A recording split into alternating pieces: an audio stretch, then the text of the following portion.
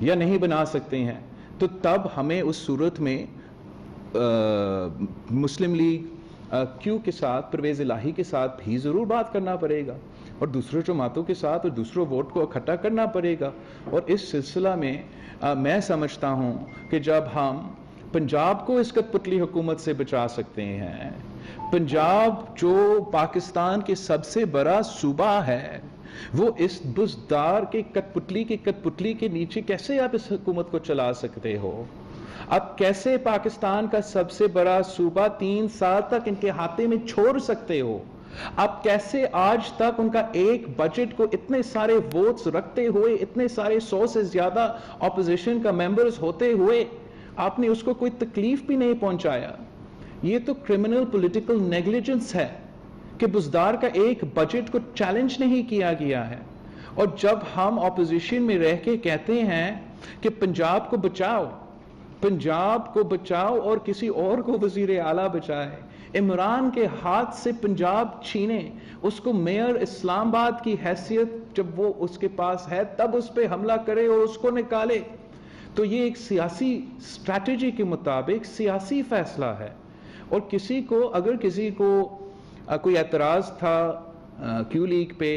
یا کسی اور پہ, وہ ہم سے شیئر کرتا نہ, وہ ہمارا یہ اعتراض میرے ساتھ شیئر ہوا. اور جب بھی میں قائد حزب اختلاف نیشنل اسمبلی یا قائد حزب اختلاف پروونشل اسمبلی سے اس پہ بات کیا ہے تو مجھے ایک پازیٹیو رسپانس ملا ہے. تو میں سمجھتا ہوں کہ اگر پی ڈی ایم کا یہ فیصلہ بنتا ہے تو ہمیں ضرور اس پہ غور کرنا چاہیے, زور دینا چاہیے. ہم سمجھتے ہیں اگر ہم جد و جہد کر رہے ہیں پارلیمان کی بحالی کے لیے اور پارلیمان کے اختیار کے لیے, تو آپ استعفیٰ دینے سے پہلے اگر آپ نے عدم اعتماد کا کوشش ہی نہیں کیا تو پھر آپ وہ پارلیمانی سپیس سیٹ کر رہے ہو, آپ ایبڈیکیٹ کر رہے ہو ایک بڑا اہم رسپانسبلٹی سے. اور میں سمجھتا ہوں کہ جو ٹف ٹائم ہمیں دینا چاہیے تھا بزدار سرکار کو پارلیمان کے اندر رہ کے اور پارلیمان کے باہر, وہ نہیں ہوا ہے اور انشاءاللہ تعالیٰ آگے جا کے ہوگا. چیئرمین صاحب, مریم نواز استعفے دینے کی طرف اگر جاتی ہیں قومی اسمبلی سے اور صوبائی اسمبلی سے تو آپ کا کیا رد عمل ہوگا؟ اور وہ تو آپ ان کو ٹھنڈا پانی پینے کا مشورہ دے رہے ہیں, لمبی سانسیں, وہ تو باپ سے لڑنے کے لیے تیار ہو رہی ہیں باپ سے, تو آپ بتائیں گے ان کو کہ باپ کی بہت اہمیت ہے سیاست میں, اگر باپ نہیں ہوگا تو کچھ بھی نہیں ہوگا؟ نہیں, میں واقعی مریم شریف صاحبہ کو رسپیکٹ کرتا ہوں. میں سمجھتا ہوں کہ اس کو یہ اہم رول مل رہا اور اہم سپیس ملنا پاکستان مسلم لیگ میں, وہ پاکستان مسلم لیگ کے لیے بھی بہتر ہے اور پنجاب کی سیاست کے لیے بھی ایک اچھا قدم ہے. اور جب بھی کوئی مشکل وقت آیا ہے یا کوئی مسئلہ آیا ہے, میں نے ہمیشہ ان صورتحال میں مریم شریف صاحبہ پہ کبھی تنقید نہیں کیا, کبھی بھی نہیں کیا اور نہ ہی کروں گا. میں نے نہیں کیا تھا تو اب میں کیوں کروں؟ میں اپنا رویوں میں کوئی تبدیلی نہیں لے کر آتا ہوں. آپ کو یاد ہوگا کہ جب مریم شریف صاحبہ گرفتار ہوئے تو میں سب سے پہلے پارلیمان میں کھڑا ہو کر مریم شریف صاحبہ کے لیے آواز اٹھایا تھا. اور جب پاکستان ڈیموکریٹک موومنٹ میں کوئی ڈفرینس آف اوپینین پچھلے کچھ دنوں میں رہا ہے, اس ڈفرینس آف اوپینین کے باوجود اور کچھ مسلم لیگ کی طرف سے کچھ پبلک سٹیٹمنٹس کے باوجود میں نے اپنا پارٹی کو ہدایت دیا تھا کہ جب مریم شریف صاحبہ کو نیب کا پیشی ہو رہا تھا تو آپ ضرور ساتھ جائیں, اظہار یکجہتی دکھائیں. کچھ ہم سیاسی اختلافات رکھ سکتے ہیں مگر کسی کے ساتھ ہم یہ نہیں چاہتے ہیں کہ ظلم ہو یا غلط طریقے سے یہ نیب کا جو ہر سیاستدان کے ساتھ ہوتا ہے. اور میں ضرور ریکویسٹ کروں گا مسلم لیگ کی قیادت سے کہ وہ غور کرے کہ اصل میں ان کے اتحادی کون ہیں اور کون ان کو یہ غلط مشورے دے رہے ہیں کہ پاکستان پیپلز پارٹی سے آپ جھگڑا لیں. اور ہم جانتے ہیں, اس لیے ہم نسل پر نسل اسٹیبلشمنٹس کا مقابلہ کرتے آ رہے ہیں. ہم جانتے ہیں کہ یہ مل کے یہ لڑائی لڑا جا سکتا ہے. اکیلے